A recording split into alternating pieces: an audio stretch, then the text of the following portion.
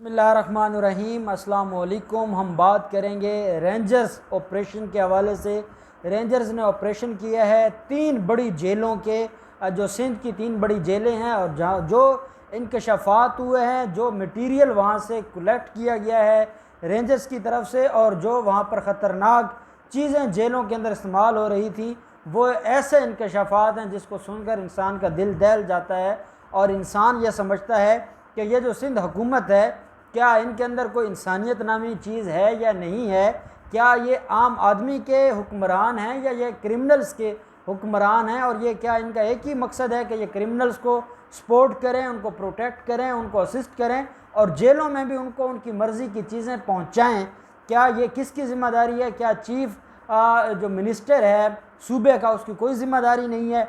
क्या वो chief minister का सिर्फ़ एक काम रह गया है कि वो जरदारी ख़ानदान की ग़ुलामी करे? क्या उसका सिर्फ़ एक काम रह गया है कि वो वफाकी हुकूमत के साथ लड़ाई जारी रखे? क्या उसका एक काम रह गया है कि वो हमेशा से ही वफाकी हुकूमत से पैसे मांगे और काम कुछ भी ना करे? और उसका जो रिज़ल्ट है वो हमारे सामने आ गया है कि कराची के अंदर जो हालात ख़राब हुए, अंदरून सिंध के अंदर जो हालात ख़राब हुए, डीजी रेंजर्स सिंध इन सारे मामलात को देख रहे थे, तो उन्होंने सोचा कि हम जो बाकी बाहर की दुनिया है वहाँ पे हमने अपने मामलात को बेहतर कर लिया है, सिक्योरिटी की सिचुएशन अच्छी हो गई है, मामला हालात बेहतर हो गए हैं, लेकिन उसके बावजूद ये जो दहशतगर्दों के छोटे मोटे हमले हैं ये रुक नहीं रहे। और कभी कहीं पे कोई हमला हो जाता है, कभी कहीं पे कोई हमला हो जाता है, तो उसकी रूट काज क्या है? जब रूट काज सोची और मीटिंग की तो उसमें ये बात उनको समझ आई, और इदारों ने उनको बताया कि ये जो कुछ हो रहा है ये बाहर से नहीं हो रहा,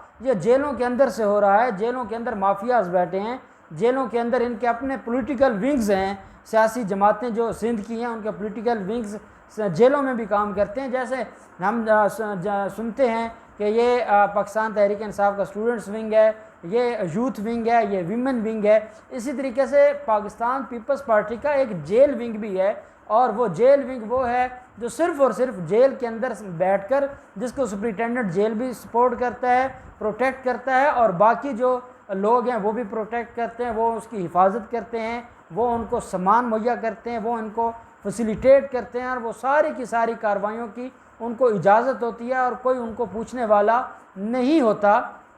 और यही वजह है कि जब डीजी रेंजर्स सिंध की सरबराही में रेंजर्स की टीमों ने ऑपरेशन किया है, ये सेंट्रल जेल कराची है, हैदराबाद जेल है और सक्खर जेल है, इन 3 जेलों के अंदर जब ऑपरेशन किया गया है, सर्च ऑपरेशन हुआ है, तो देखा गया है कि वहाँ पर जो बड़े बड़े क्रिमिनल्स हैं वो लग्जरी लाइफ स्पेंड कर रहे हैं, उनके पास एसी उनके लगे हुए हैं, फ्रीज़र उन्होंने रखे हुए हैं, टीवी उनके पास हैं, छोटे छोटे असलाहजात उनके पास हैं, छुरी चाकू उनके पास है, सोने के चेन्स उनके पास हैं। मुख्तलिफ जो चर्स और स्मगलिंग और हीरोइन स्मगल करने वाले लोग वो जेलों में पड़े हैं, और वो वहाँ से बैठकर अपने नेटवर्क को चला रहे हैं। और वहाँ ये मालूम हुआ है कि वहाँ सेल फ़ोन भी है उनके पास, इंटरनेट की सहूलत भी है, सारा कुछ मौजूद है। और जब डीजी रेंजर सिंध ने वो ऑपरेशन जो रिपोर्ट है वो शाये की है, और जो उनकी प्रेस रिलीज़ है वो पढ़ के इंसान परेशान हो जाता है कि ये हमारी जेलों में ये सारा कुछ हो रहा है। अगर आपने एक क्रिमिनल को नेट की सहूलत भी देनी है, आपने उसको मोबाइल फ़ोन की सहूलत भी देनी है, आपने उसको एसी और फ्रीज़र और टीवी की सहूलत भी देनी है, तो वो तो जेल के अंदर से बैठकर अपने सारे मामलात को चलाता रहेगा। हम कहेंगे कि ये हमला किसने करवाया है, खबर आएगी कि ये तो जेल के अंदर से फ़ोन आया है, उसने अपने बाहर बैठे हुए माफियाज़ को कॉल की है और उन्होंने ये सारा कुछ किया है। और ये कट्टा छट्टा है सिंध हुकूमत का, जरदारी गैंग का, ये इनकी मेंटेलिटी है, ये इनकी कारकर्दगी है।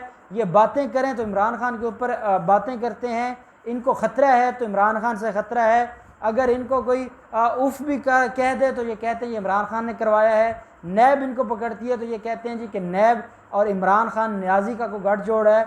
और जब इनसे ये पूछा जाता है कि आपकी कारकर्दगी क्या है, आप जिस सूबे में चीफ़ मिनिस्टर हैं वहाँ हो क्या रहा है, कोरोना वायरस के पैसे आप खा जाते हैं, जो मुख्तलिफ़ स्कीमों के लिए, वेलफेयर स्कीमों के लिए पैसे आते हैं वो आप लोग खा जाते हैं, आपकी हालत ये है कि आप छोटे छोटे ठेकों में से पैसे लेते हैं और जिनको आप ठेके दे देते हैं हर महीने, फिर उनसे परमानेंट आप भत्ते वसूल करते हैं। आप मोदी के स्लीपिंग सेल यहाँ पर चलाते हैं।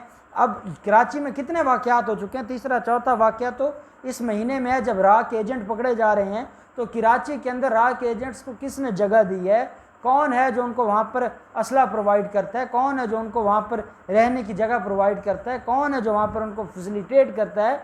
ये वो सवालात हैं जो अब आहिस्ता आहिस्ता खुलते नज़र आ रहे हैं। और रेंजर्स ने ये जो काम किया है, मैं समझता हूँ कि ये बहुत बड़ी एक डेवलपमेंट हुई है सिंध हुकूमत के हवाले से। और ये जो चीफ मिनिस्टर होता है, ये एग्जेक्टिव हेड होता है पूरे के पूरे सूबे का। इसके नीचे पुलिस है, इसके नीचे जो सूबे के बाकी मामलात हैं वो सारे के सारे चीफ मिनिस्टर ने देखने होते हैं। आप देखें, अगर एक आईजी को चेंज करना है, वफाक वो नहीं कर सकता।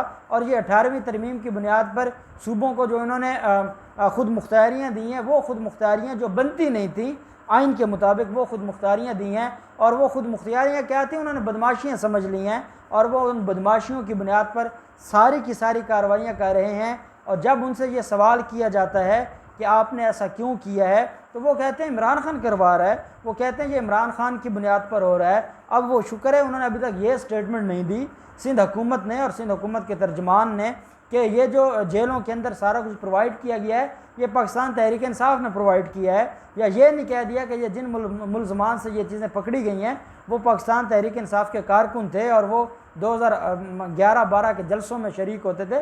शुक्र है ये नहीं कह दिया। अब सक्खर है, सक्खर किसका असर व रसूख है, सक्खर में असर व रसूख है खुर्शीद शाह का।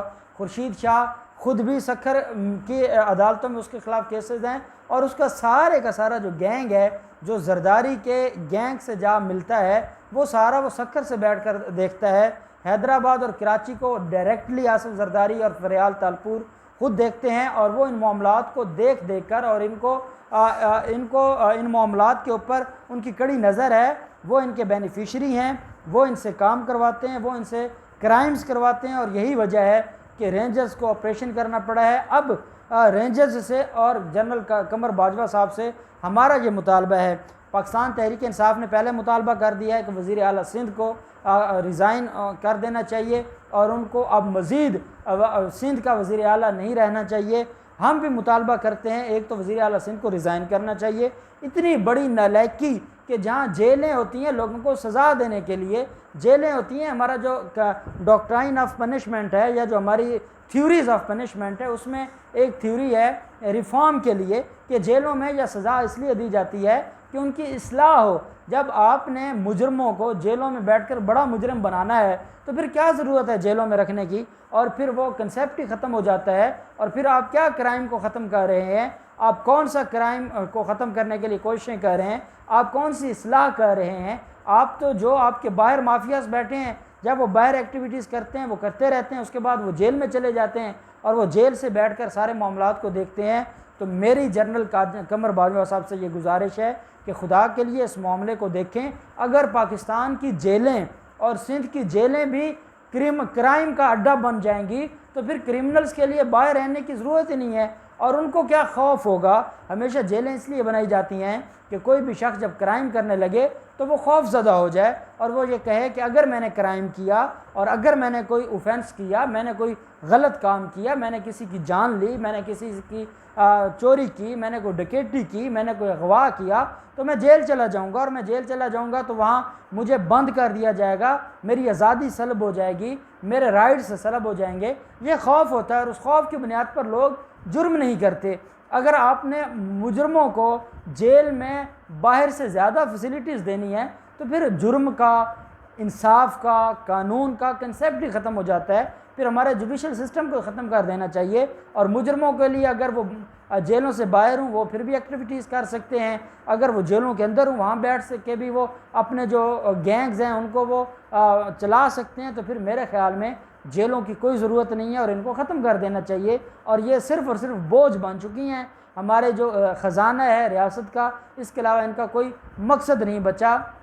कमर बाजवा साहब, रेंजर्स ने ऑपरेशन किया है, रेंजर्स ने ये रिपोर्ट बनाई है, उनकी तरफ से ये प्रेस रिलीज़ आई है उन्होंने ये खौफनाक इंकशाफात किए हैं। अब अगर तो सिर्फ़ और सिर्फ एक सर्च ऑपरेशन करना था और सर्च ऑपरेशन करके प्रेस रिलीज़ जारी करनी थी तो फिर तो इसका कोई फ़ायदा नहीं है। और अगर इनके ख़िलाफ़ कार्रवाई होती है और कौम को बताया जाए और कौम को ये इन्फॉर्म किया जाए कि उन जेलों में ये चीज़ें प्रोवाइड करने वाला कौन था, उन जेलों में उन क्रिमिनल्स का रब्ता किसके साथ था, वो किसके साथ फ़ोन पे रब्ते पे थे, वो किसके कहने पर जेल के अंदर से काम कर रहे थे, और फिर जो जो ज़िम्मेदारान हैं उनको पकड़ा जाए, उनके रिज़ाइन भी हों और उनको ऐसी कड़ी से कड़ी सज़ा दी जाए कि कोई जुर्म करने का ना सोचे, कोई गुनाह करने का, ऑफेंस करने का ना सोचे, और वो उसको ये समझ आ जानी चाहिए कि अगर वो जुर्म करेगा तो उसको कोई माफ़ी नहीं मिलेगी। तो हम उम्मीद करते हैं कि अब डीजी रेंजर्स सिंध इसके ऊपर एक्शंस लेंगे, जनरल कमर बाजवा इस मामले को ख़ुद देखेंगे, और वज़ीर आला सिंध के अंदर अगर उसका ज़मीर ज़िंदा है तो उसको रिज़ाइन कर देना चाहिए। इतनी बड़ी नालायकी के बाद कि उसके सूबे में जेलों के अंदर ये काम हो रहे हैं, ये कारनामे हो रहे हैं। अल्लाह पाक पाकिस्तान का हामी नासिर हो। बहुत शुक्रिया। अल्लाह हाफिज़। पाकिस्तान जिंदाबाद।